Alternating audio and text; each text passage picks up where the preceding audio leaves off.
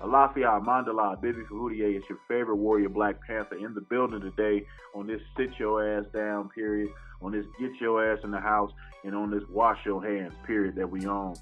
Nevertheless, we got a myth debunked video for you to keep you company while you're bored in the house. First thing I'm going to go over really quickly. Did the Egyptians place artifacts in the Grand Canyon, and were they uncovered? Second thing I'm going to talk about. Did the peace sign come from Kemet? And by peace sign, I mean the style that the 5%ers use, the two fingers together. Because they say separated, it's not representing peace. Nevertheless, let's get into the Egyptians in the Grand Canyon. First off, there was only one newspaper that reported this finding, and that was the Arizona Gazette. The researchers that supposedly found it were named G.E. Kincaid and J.A. Rogers. There's something very funny about these two archaeologists. They were said to have worked for the Smithsonian in the article in the Arizona Gazette. The funny thing is, neither one of these gentlemen can be verified as working for the Smithsonian. In fact, they can't even be verified as real people, family. These people don't exist. They don't work for the Smithsonian.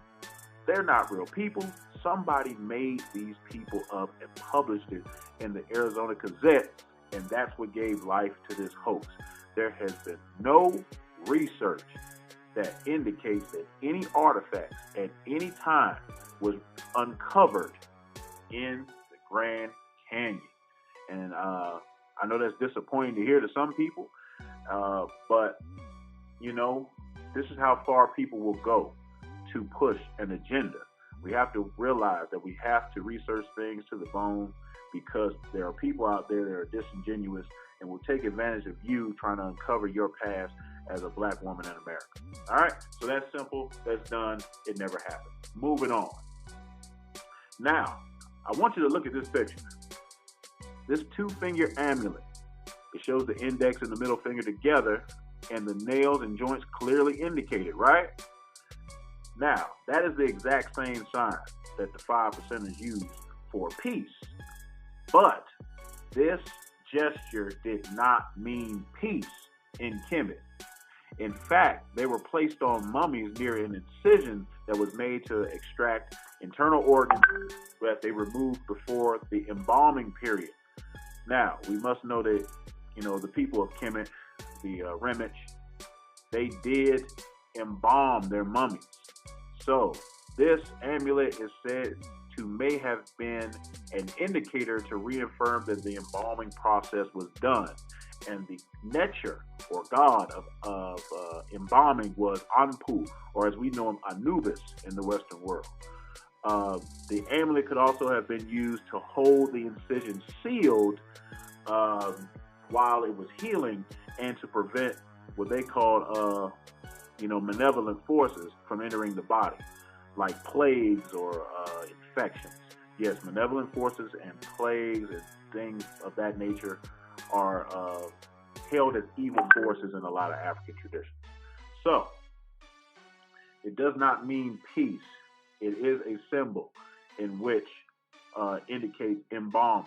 It was also worn at different periods as an amulet for protection. These things are common in African culture. So, no, doesn't mean peace. Did the 5%ers get it from this particular artifact and make it into a peace sign? That I don't know. But there are plenty of claims that the peace sign that the 5%ers used directly came from Kemet, and that is not true. And that's all I got for you today. Black Panther, as always, sit your ass down, stay in the house, and wash your hands. YouTube family, I'm back. Lelelapoete speaks. Parthenogenesis in humans. Are virgin births possible? Oh my goodness. What is parthenogenesis? Parthenogenesis is a term in biology. It means virgin birth, basically, family. You asexual form, reproduction, female lays eggs, whoop-de-boop-whoop. Okay, so scientists are discovering that virgin births occur in many different species, amphibians, some reptiles, some birds, and they don't quite understand why it happens. So initially, they thought that parthenogenesis happened because basically it was a stress response or possibly it was a way to save a species, right? Does that make sense? It probably still is a reason. However, they did discover that in certain species of reptiles that they were actually still able to have babies on their own when the males were actually present. So that I actually thought was interesting. So maybe they were feminist. I mean, maybe the reptiles were feminist. Shit, who knew? There has never been, though, any recorded human parthenogenesis which have ever been confirmed. However, we all know that many have gained notoriety, so many have gained notoriety. You can actually look at this process of sexual reproduction versus several forms of parthenogenesis. You can pause that or come back and look at that at a later time. I thought that was interesting because I wasn't aware until this time that there was various versions of it, but I did research those and it was very interesting. So there's different forms and the way in which ants can do it and which bees can do it and which certain reptiles, as we've already spoken about.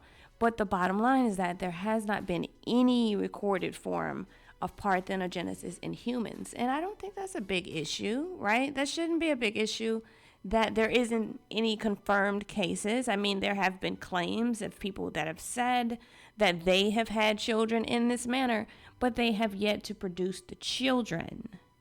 So once you produce the children, and we can test these children and see, then we can actually confirm that. But until that time, family, science does not validate these theories, okay? So unless you are yourself a lizard or you're some type of snake, hey, some of us are snakes in the grass, right? Or maybe you're some type of bee or some type of ant. It doesn't work for you. So do we only use 10% of our brain? Do we? So what are we doing with the other 90%? Maybe it's social media. But nevertheless, it's actually been stated, of course, I'm sure you guys have heard this before. Maybe you remember discussing it in science class. Then again, we wouldn't be here if the majority of people remembered science class. But nevertheless, here's the thing, right? So the human brain is complex. And then now we have this added conundrum of, do we actually use 10% of our brains or do we use all of our brains? So where did this myth come from? So the myth was associated with, of course, as far as we can pinpoint, we're not really sure, but the American psychologist William James, and he said that we only using a small part of our possible mental resources. And then Einstein also linked his intellect to the fact that he could utilize the 100% of his brain and we could not. But here are the facts, though, and the facts are like, say you're sleeping or you're just chilling or relaxing, then quite naturally the brain is not working as hard because it is a muscle. And so then at that point, yeah, maybe you're using 10-20% of the brain. However, when you're doing multiple tasks, especially vigorous tasks, say sports or things of that nature, the brain is functioning at full capacity, meaning you're definitely using more than 10%. And brain researchers have verified this, family, using image technology. And they've proven that, like other muscles, of course, most of the brain is continually active over a 24-hour period. So the bottom line is that the brain is just firing off all these cool neurons and things of this nature. And this bang, bang, bang is like a gangbang up in the brain. And like nothing, family, is stopping that. Nothing. So you use 100% and make sure you utilize that. Utilize all your talents, family. Put your whole brain into that shit. All right? So, hey, is human cloning possible? Have any humans been cloned successfully to date? What is cloning? Cloning is the process of taking genetic information from one living thing and then creating identical copies of it, right? So the copy material is called a clone, right? And geneticists have cloned cells, tissues, genes, and of course, as we know, entire animals. But there are 3 different types of artificial cloning. So there's gene cloning, there's reproductive cloning, and then there's therapeutic cloning. So as far as making a human goes, it would be reproductive and therapeutic. So gene cloning produces copies of genes or segments of the DNA, right? And then the reproductive cloning produces copies of whole animals. So therapeutic cloning produces embryonic stem cells for experiments aimed at creating tissues to replace injured or diseased tissues. So we know that. We know about stem cell research and the wonderful things that they can do. And in essence, this is what cloning is. But the bottom line, the question is that, is it possible to clone humans? Have we cloned humans? And that is the ultimate question. Now, here is the breakdown of how cloning actually works, right? So you got the adult female. And then you've got the unfertilized egg, and so they remove it from the female, and then the nucleus containing the DNA is removed from that egg. And then the skin cells from the adult of the one that's being cloned, right? And so then you put those together, and the electrical pulse causes skin cells to fuse with the egg. Now the egg has been fused.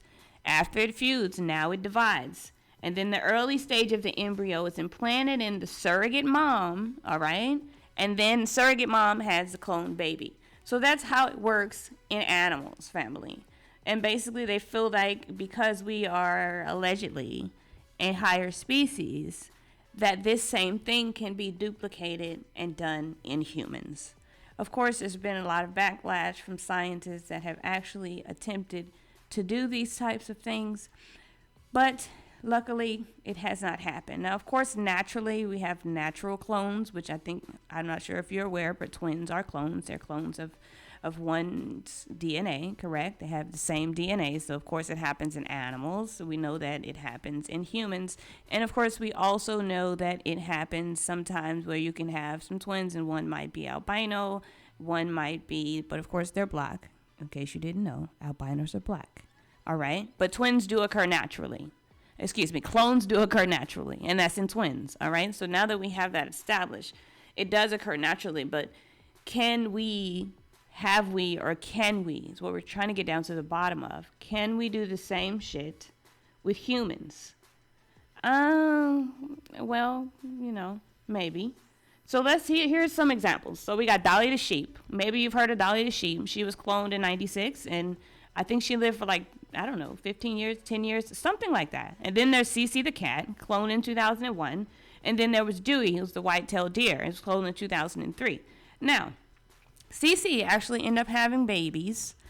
Those are two of Cece's kittens right there with her. I can't remember. Maybe Dolly did have children. I don't remember. I'm sorry. I did a lot of research. And Dewey actually hadn't yet to have any children. But here's the thing. The controversy really that stems from it is that sometimes, and more often than not, a lot of these cloned animals tend to have problems. And let's hear what the scientist has to say about it. In order to be famous, you have to take risks, and you have to pay a price. We're willing to take that risk and take the heat and stay in the kitchen. The birth of Dolly the sheep in 1996 at the Roslin Institute in Edinburgh showed the way to those who wish to clone a human being. Dolly is now a museum exhibit, and one of the major criticisms the human cloners face is that in animal... Yeah, so like I said, it ain't good, but I love how Gucci Mane handled it. Remember, they tried to say he was a clone too, family. Listen, we can't clone humans. They're gonna be all fucked up and shit. Don't even recommend that, all right? Thanks for watching. Like, comment, share, and subscribe. Come back and chill with your girl, lelelapoete Speaks. Myths Debunked. I'm out.